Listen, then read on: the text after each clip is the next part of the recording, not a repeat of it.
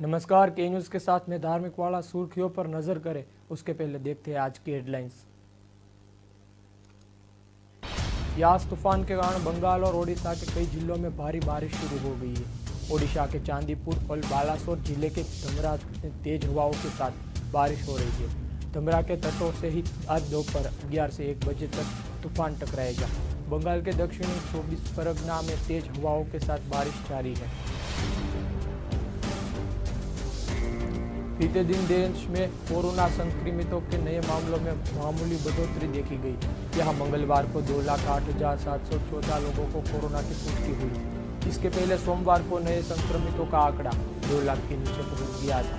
राहत की बात तो यह है कि पिछले 24 घंटे में 2,95,085 लोगों ने कोरोना को मात दी। 1985 बेंच के आईपीएस सुबोध कुमार जायसवाल को सीबीआई का नया डायरेक्टर बनाया गया है। प्रधानमंत्री नरेंद्र मोदी की अध्यक्षता में सोमवार को हुई हाई लेवल मीटिंग में इसका निर्णय लिया गया था। इस कमेटी में भारत और चीफ जस्टिस एनवी रमना और लोकसभा में विपक्ष के नेता अधीर रंजन चौधरी भी शामिल है। सुप्रीम कोर्ट ने मंगलवार को कहा कि कोरोना के नए मौत के डर के आधार पर किसी को अग्रिम जमानत नहीं दी जा सकती। इसी के साथ कोर्ट ने इलाहाबाद हाई कोर्ट के फैसले पर रोक लगा दी। दरअसल हाई कोर्ट ने कहा था कि जेलों में कैदियों की अधिक संख्या और कोरोना के मामले को इलाका होने के बाद अग्रिम जमानत दी जा सकती है। देश में कोरोना वैक्सीन की कमी के बीच अमेरिकी फार्मा कंपनी फाइजर बायोनोटेक इस साल भारत को 5 करोड़ शॉट्स देने को तैयार है। हालांकि इसके एक पेच भी है। सूत्रों के मुताबिक कंपनी सप्लाई देने को तो तैयार है, लेकिन इसके बदले में वह भारत सरकार को नियमों में छूट चाहती है।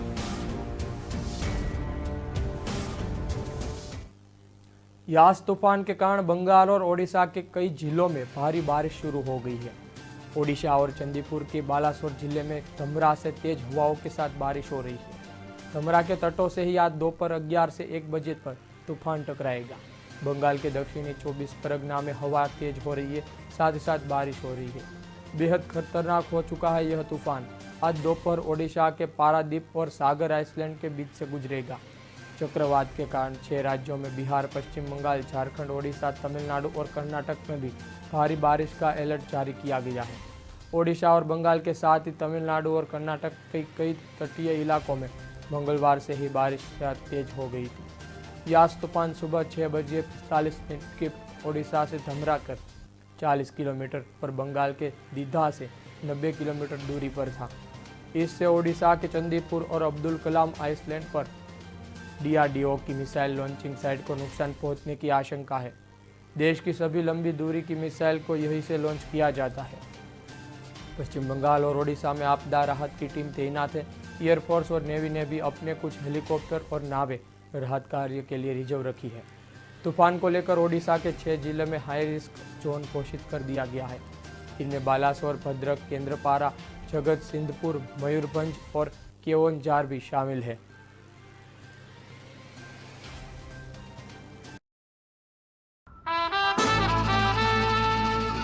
के रेडियो माहिती, मनोरंजन और मस्ती का ट्रायो। के रेडियो कहीं भी कभी भी, दिन हो मंगलमय से लेकर गुजरा हुआ जमाना तक का सफर। के रेडियो आप सुन रहे हो के रेडियो। जल्द शुरू हो रहा है के न्यूज की सुरीली भेंट। के रेडियो आप सुन रहे हो के रेडियो, कहीं भी कभी भी। आप हमें डाउनलोड कर सकते हैं। लाइक कीजिए, कमेंट कीजिए, सब्सक्राइब कीजिए और सुनिए के रेडियो कहीं भी कभी भी। मैं हूँ आपकी आरजे जल्पा। रे रे रे रे मारी सवार, ये गाना सुना ही होगा आपने। चलो सुबह हो गई, मस्ती की कश्ती, दिन का सफर सुहाना, एक शहर एक नजर, जनवाणी, सुनहरी दोपहरी, ये शाम मस्तानी, ढल गया दिन, नगमों की बारात, गुजरा हुआ जमाना, फिर वही रात है, मनोरंजन, माहिती और मस्ती के साथ। आप सुन रहे हो के रेडियो, कहीं भी कभी भी।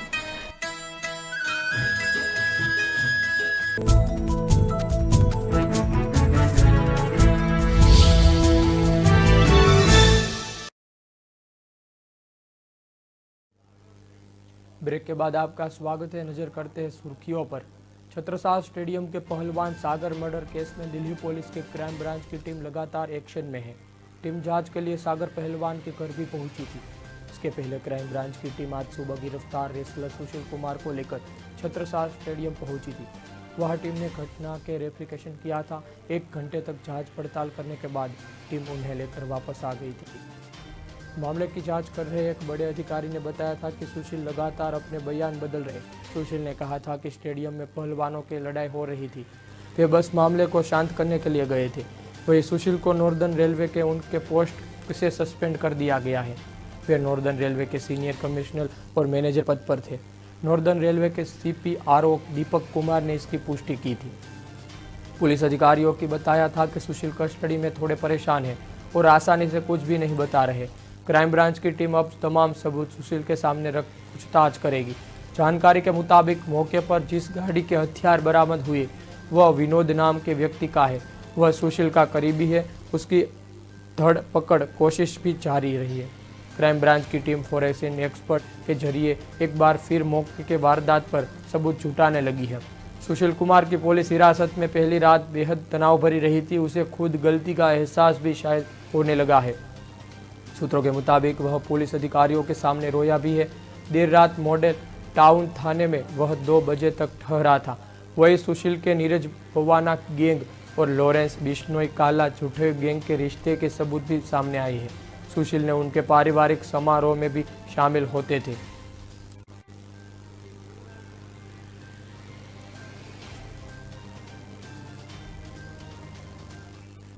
Gujarat secondary and high and secondary education board 12वीं कक्षा परीक्षा 1 जुलाई से शुरू होगी। शिक्षा मंत्री भूपेंद्र सिंह चुड़ासमा ने मंगलवार को यह जानकारी दी है। हाल ही केंद्र सरकार ने एक मीटिंग बुलाई थी। सभी राज्यों के 25 मई तक 12वीं कक्षा की अन्य परीक्षा सहित सुझाव देने के लिए कहा था। अभी ज़्यादातर राज्य कोरोना की वजह से एग्जाम करने पर पोस्टपोन कर रहे हैं। गुजरात ऐसा पहला राज्य है जिसने एग्जाम की तारीख इसे किसी तरह कराया जाएगा ऐसी योजना जारी की है। मुख्यमंत्री विजय रूपाणी के साथ हुई बैठक के बाद राज्य में परीक्षा कराने का फैसला लिया गया है। मौजूदा प्रणाली के मुताबिक पहले पार्ट में science stream 50 marks multiple choice सवाल होंगे। दूसरे पार्ट में 50 मार्क्स की डिस्क्रिप्ट राइटिंग होगी। वही आर्ट्स के लिए 100 नंबरों की डिस्क्रिप्शन परीक्षा होगी। कोरोना के कारण फैसला लिया गया है कि स्टूडेंट्स को स्कूल के पास ही एग्जाम सेंटर दिया जाएगा। साइंस स्ट्रीम में 1,40,000 समेत कुल 6,23,000 स्टूडेंट इस परीक्षा में शामिल होंगे। एग्जाम में शामिल न होने वाले स्टूडेंट को परीक्षा में 25 दिन बाद दोबारा मौका मिल सकता है।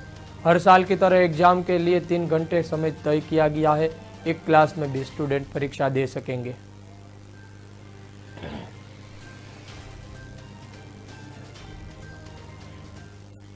विशाखापट्टनम में मंगलवार को हिंदुस्तान पेट्रोलियम कॉरपोरेशन लिमिटेड की रिफाइनरी में आग लग गई थी। प्लांट के ऊपर भीषण में धुआं निकलने देखा गया था। इसमें आसपास हड़कंप मच गया था। न्यूज एजेंसी के मुताबिक मौके पर फायर ब्रिगेड की टीम रवाना हुई थी। आग किस वजह से लगी इसका पता अब तक नहीं चला। HPCL के मुताबिक आग रिफाइनरी के फ्रूट प्रोसेसिंग यूनिट में लगी थी। इसे बुझा दिया गया है। पूरा स्टाफ सुरक्षित है। आसपास रहने वाले लोगों के लिए भी कोई खतरा नहीं है। रिफाइनरी के दूसरे काम पहले इस तरह चल रहे थे। इसके पहले पिछले साल 21 मई को HPCL रिफाइनरी में आग लग गई थी। यह घटना तकनीकी खामी की वजह से हुई थी। हालांकि काफ़ी मशक्कत के बाद फ्रूट डिस्टिलेशन यूनिट प्लांट को दोबारा से शुरू कर लिया गया था।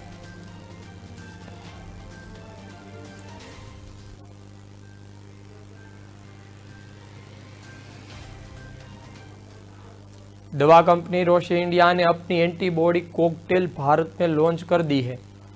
केसरी मैब और एमबी मेड की एंटीबॉडी कॉकटेल की एक डोज भारत में 60,000 रुपये की होगी।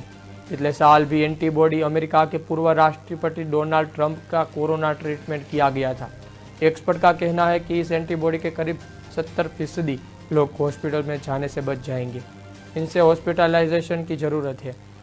रोशे इंडिया का कहना है कि 1200 mg की हर डोज से 600 mg केसीबी मेज और 600 mg एमडेवी मेज है।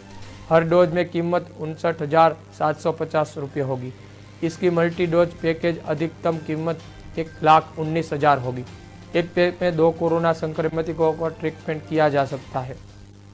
भारत में इस एंटीबॉडी की मार्केटिंग सिप्ला रही है। रोशे और सिप्ला ने कहा कि दवा का पहला डोज इंडिया में आ गया है।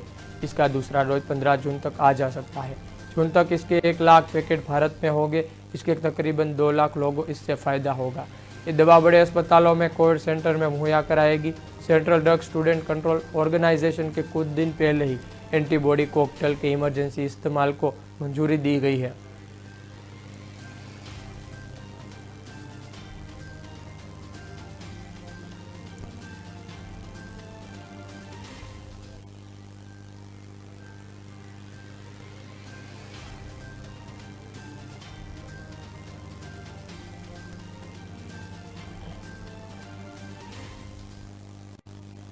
कांग्रेस कार्यकर्ताओं पर एफआईआर दर्ज होने के विरोध में मंगलवार को कई कांग्रेसी नेता विधायक डीआईजी से मिलने पहुंचे थे। प्रदेश के पूर्व मंत्री सज्जन सिंह वर्मा के प्रदेश के हनी ट्रैप और कमलनाथ के बयान के बाद आए राजनीति भूचाल को लेकर चर्चा की थी। वहीं कांग्रेस के कार्यकर्ताओं के खिलाफ दर्ज की गई एफआईआर मुद्दे पर भी चर्चा हुई थी। उन्होंने कहा था कि कमलनाथ के बयान को आपने सही ढंग से सुना नहीं है। उन्होंने कहा था कि जिस वक्त मुख्यमंत्री था उस समय कई लोगों के चेहरे उजागर कर सकता था। सज्जन सिंह वर्मा का कहना था कि कहीं ना कहीं अफसरशाही प्रदेश में हावी हो चुकी है। प्रदेश में अफसर केवल भाजपा नेताओं के इशारे पर काम कर रहे हैं। सोमवार को भाजपा द्वारा पूरे प्रदेश की 28 जगह पूर्व मुख्यमंत्री कमलनाथ का पुतला जलाया था, लेकिन उन पर कोई कार्रवाई नहीं हुई। सज्जन वर्मा का कहना था कि भोपाल में उमंग सिंगारा पर जो मामला दर्ज किया गया वह भाजपा के इशारे पर किया गया था। मामले की जांच किए बिना ही तुरंत एफआईआर दर्ज की गई थी, जबकि जिस महिला ने आत्महत्या की है उनका बेटा यह कर रहा था। इसमें उमंग सिद्धार्थ का कोई हाथ नहीं था।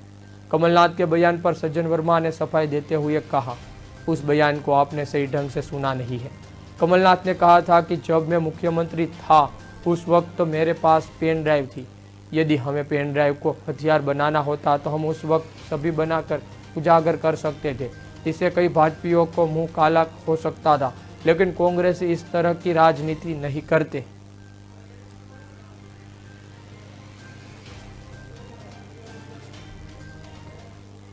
वक्त हो चुका है ब्रेक का, लेंगे एक ब्रेक।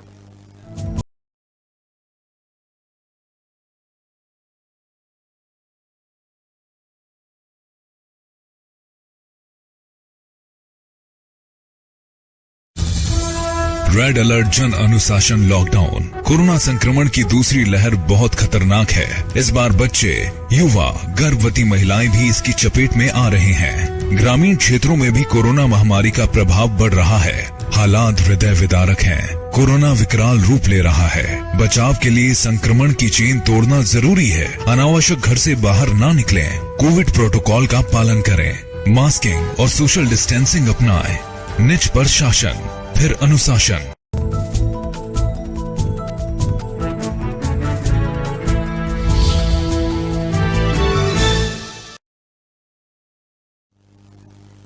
ब्रेक के बाद आपका स्वागत है। नजर करते हैं सुर्खियों पर। इंदौर में मुख्यमंत्री शिवराज सिंह चौहान का पुतला दहन किए जाने के बाद कांग्रेस के कार्यकर्ता और पदाधिकारियों के खिलाफ पुलिस के केस दर्ज किया है। इसके विरोध में मंगलवार को कई कांग्रेसी डीआईजी ऑफिस पहुंचे थे। पूर्व मंत्री सज्जन वर्मा की अगुवाई में पहुंचे कांग्रेसियों ने भाजपाइयों पर फिर एफआईआर दर्ज करने की मांग की है। हनी ट्रैप का चिन्ह बोध कर एक बार फिर बाहर क्या निकला, प्रदेश की राजनीति में फिर भूचाल आ गया। प्रदेश के पूर्व मुख्यमंत्री कमलनाथ द्वारा दिए गए आग लगाने वाले और इंडियन वॉरियंट वाले बयान पर जहां भाजपा कार्यकर्ताओं और कमलनाथ के खिलाफ भोपाल में एफआईआर दर्ज करवाई है, वहीं कई शहरों में उनका पुतला भी फूंका गया है। इंदौर में कांग्रेसियों ने प्रदेश सरकार के खिलाफ आक्रोश व्यक्त करते हुए पुतला फूंका और पुलिस ने भाइयों की शिकायत के बाद कई कांग्रेसियों पर एफआईआर दर्ज कर ली। इसके विरोध में कांग्रेस के पूर्व मंत्री सज्जन वर्मा समेत विधायक संजय शुक्ला के साथ बड़ी संख्या में कांग्रेसी डीआईजी ऑफिस पहुंचे थे।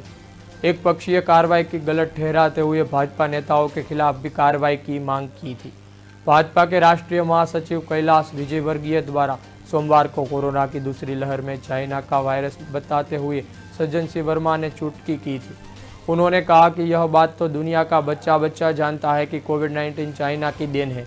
पूर्व मुख्यमंत्री कमलनाथ का पुतला जलाने के मामले में पुलिस ने एक अज्ञात व्यक्ति के खिलाफ केस दर्ज किया है।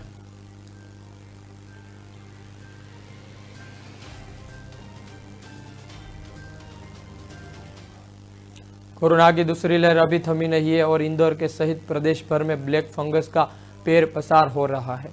दवाई और इंजेक्शन नहीं मिलने पर फंगस लोगों के अंगों को डैमेज कर रहा है, उनकी जान भी ले रहा है। इंजेक्शन और दवाओं के लिए लोग दर दर भटकने के लिए मजबूर हुए हैं। इंदौर में लोग Mahatma Gandhi memorial medical college चक्कर लगा रहे हैं। यहाँ आए तो लोगों ने जो दर्द बयां किया वह बहुत डरावना था। किसी ने कहा कि सब कुछ बेच दिया है, लेकिन मरीज की हालत सुधारने नहीं हुआ। किसी ने कहा कि इंजेक्शन नहीं मिला पर उनके मरीजों को अपनी आँख खोनी पड़ी। किसी ने तो यहाँ तक कहा कि अब हम हिम्मत हार चुके हैं। कुछ ऐसे भी थे जो कुछ बोले नहीं, लेकिन उनकी आंखों में सख्त दिखता था कि वो निराश हो चुके हैं। विशाल ने बताया कि मेरे भाई से दिमाग फंगस हो चुका है, उन्हें एक आँख से दिखा भी बंद हो गया है, दूसरी आँख को फंगस डैमेज कर रही है। प्रतिदिन हमें 80,000 रुपये लग रहे हैं। शुरुआत में तो यहाँ वहाँ से व्यवस्था की थी, मरीजों को बचाने घर बचा लिया था, ज्वेलरी बेच दी थी। अब कुछ नहीं है हमारे पास, बहुत कमज़ोर हो चुके हैं, न तो रुपये है न ही कोई व्यवस्था है। अब तक हम 25 लाख रुपये खर्च कर चुके हैं।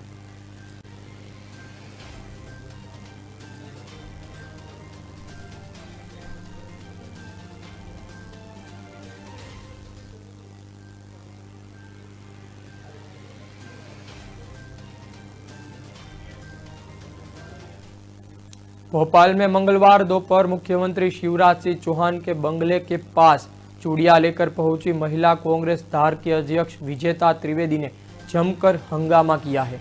वे सीएम निवास के बिना अनुमति प्रवेश करने की कोशिश करने लगी। यह देख महिला पुलिसकर्मियों ने उन्हें पकड़ लिया। इस तरह पकड़ने जाने के नाराज विजेता ने शिवराज पर डराने की राजनीति करने का आरोप लगाया। उन्होंने कहा कि शिवराज पूर्व मुख्यमंत्री कमलनाथ का सामना नहीं कर सकते, इसलिए हमें एफआईआर का धमका दे रही है। इसके हमें डरने वाली बात नहीं है। इस करीब 15 से 20 मिनट तक हंगामा चलता रहा।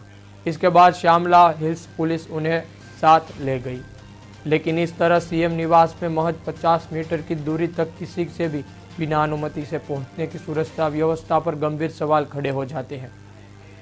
मंगलवार दोपहर विजेता अकेले श्यामला हिल्स में होते हुए सीएम निवास की तरफ बढ़ती पुलिसकर्मियों को दिखाई दी। वे हाथ में काफ़ी संख्या में चूड़ियां लिए हुई थी। पुलिसकर्मियों ने जब उन्हें पूछताछ की तो वे हंगामा करने लगी। कोरोना प्रोटोकॉल का हवाला देते हुए पुलिसकर्मियों से दूर रहने का कहने लगी।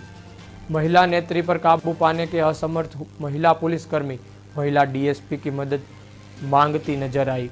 विजेता ने आरोपी लगाए हुए इस कोरोना में उन्होंने अपने पिता को खो दिया और सरकार कुछ नहीं कर रही।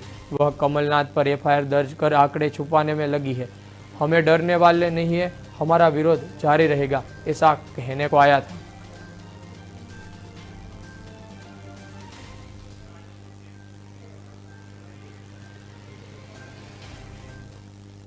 रायपुर के कलेक्टर ने मंगलवार शाम को आदेश जारी करके जिसका अभी तक इंतजार था। अब नई गाइडलाइन के मुताबिक शहर में सभी दुकानें, saloon, beauty parlour, spa, park और जिम, शॉपिंग मॉल, ठेल, गुमटी, सुपरमार्केट, सुपर बाजार, फल और सब्जी मंडी, अनाज मंडी, शोरूम, क्लब और शराब की दुकानें शाम 6 बजे तक खुलेगी। रविवार के दिन पूरे जिले में टोटल लॉकडाउन का पालन कराया जाएगा। नई गाइडलाइन का आदेश अब लागू कर दिया गया है। 9 अप्रैल में रायपुर पूरी तरह से लॉकडाउन रहा था। पिछले 15 दिनों के संक्रमण की रफ्तार भी पूरे प्रदेश में धीमी पड़ गई है। जरूरत का सामना के लिए सड़कों के दोनों तरह से लोगों की अच्छी खासी भीड़ नजर आती है। कुछ लोग बिना मास्क के नजर भी आते हैं। मालवीय रोड व्यापारी संघ राजेश वासवानी ने बताया, हमने सभी व्यापारियों से कह दिया गया है कि बिना मास्क से ग्राहकों को दुकान में प्रवेश न दे। प्रशासन भी सड़क पर लापरवाही से घूमने वालों पर सख्त कार्रवाई करे। सड़क और रायपुर शहर में पूरी तरह से लॉकडाउन का पालन कराया जाएगा। इस दौरान सिर्फ अस्पताल, क्लिनिक, मेडिकल दुकान, पेट्रोल पंप, सरकारी राशन दुकान, एजीपीसी, प्रसाद, पेट शॉप, दूध की सप्लाई के अलावा फल सब्जी जैसी जरूरी चीज़ें सिर्फ होम डिलीवरी की जा सकेगी। इसके अलावा कोई भी शॉप या ऑफिस संडे को नहीं खुला जाएगा। बाजार भी पूरी तरह से बंद रहेगी।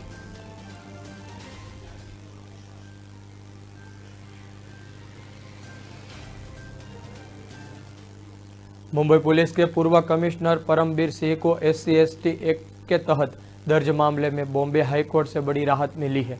हाईकोर्ट ने पुलिस को सोमवार को निर्देश कहा कि वह SC/ST कानून के तहत दर्ज मामले में मुंबई पुलिस के आयुक्त रह चुके परमबीर सिंह को 9 जून तक गिरफ्तार न करें। इसके पहले परमबीर सिंह इसके मामले में 23 मई तक राहत मिली थी। मुंबई पुलिस के पूर्व कमिश्नर परमबीर सिंह अदालत में याचिका दायर कर उनके खिलाफ दर्ज प्राथमिकी को रद्द करने और मामले की CBI की जांच कराने का अनुरोध किया था।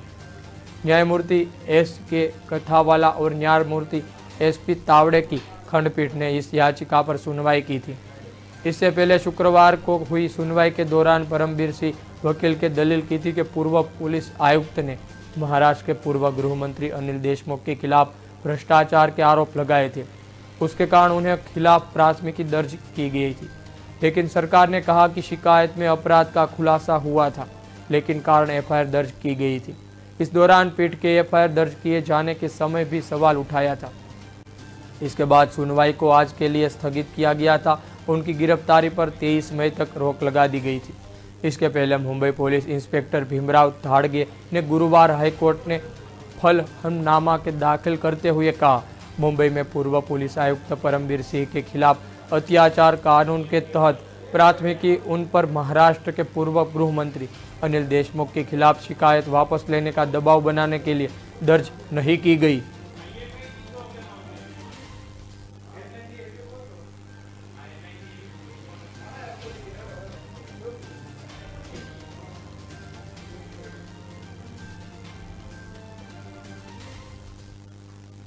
खबरों में सिर्फ इतना ही। ज्यादा खबरों के लिए जुड़े रहिए KA न्यूज़ के साथ। नमस्कार।